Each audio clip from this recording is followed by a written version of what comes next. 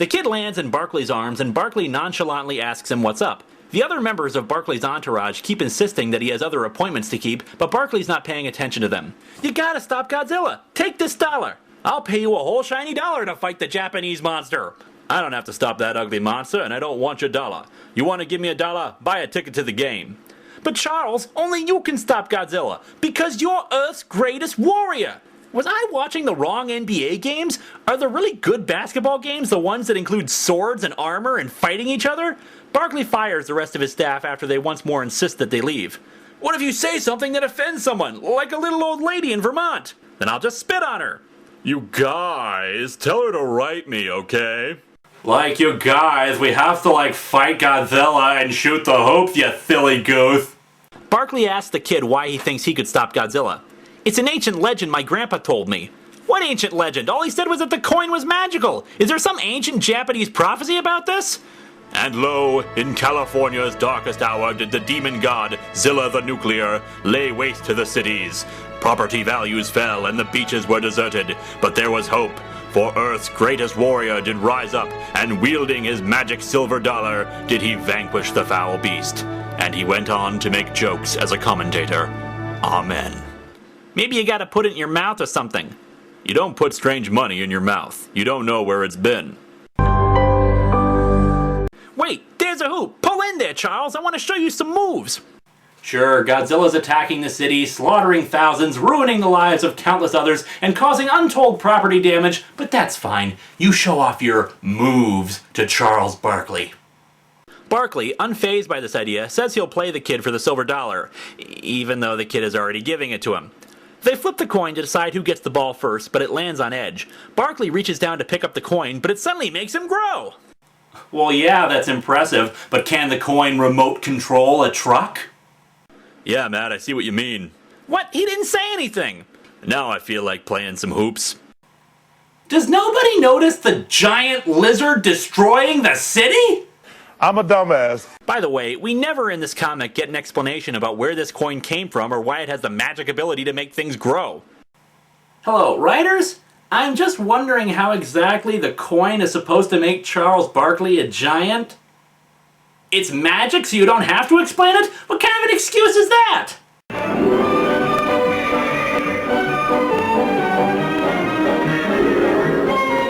A newscopter flies around Godzilla and reports on the destruction.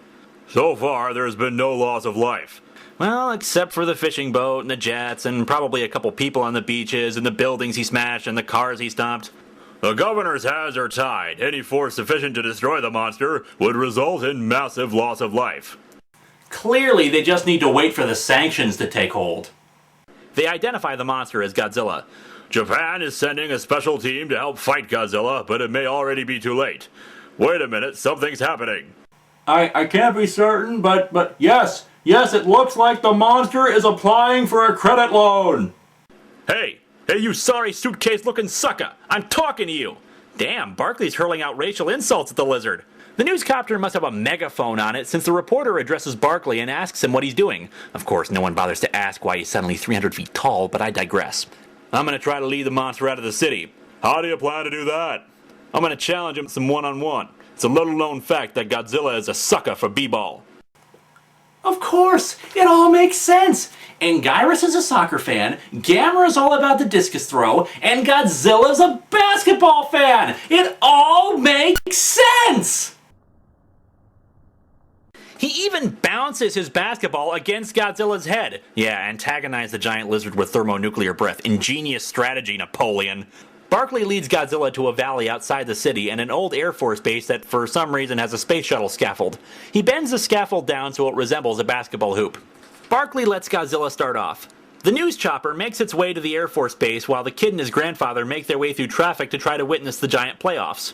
We see them. Charles and Godzilla are going at it at Scarf Air Force Base. They're going at it? No, screw it, never mind. So the fantastic basketball game begins with Godzilla scoring and smacking Barkley in the face with his tail.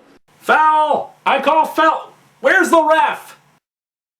Now it's Barkley's turn and he proceeds to just score 1 point after another. Hundreds of fans gather to watch the game. Why, even Bill Cosby makes an appearance. And heck, even Barkley does an illegal move on Godzilla.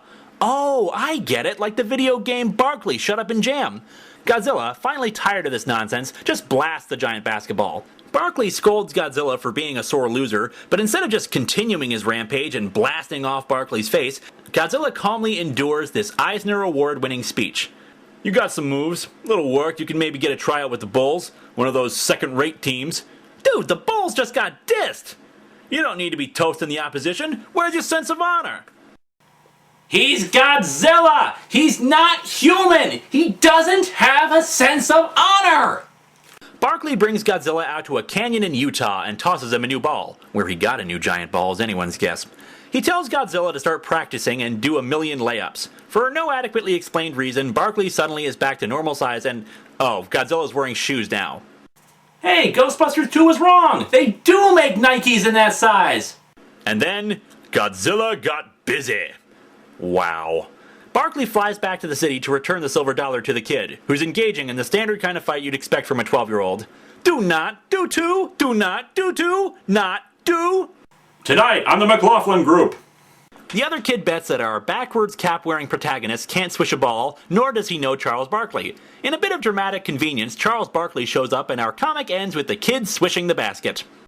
This comic is just stupid. It's certainly not the worst comic in the world, but its entire premise is based on a 5-second high-concept joke that works better in a song about ultimate battles and ultimate destinies than it does in a comic. Though I do wonder about the magic coin.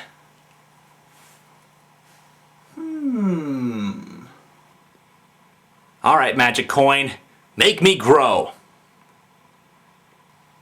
Come on, you stupid thing! Make me grow! Whoa! Hey, it worked! I'm huge!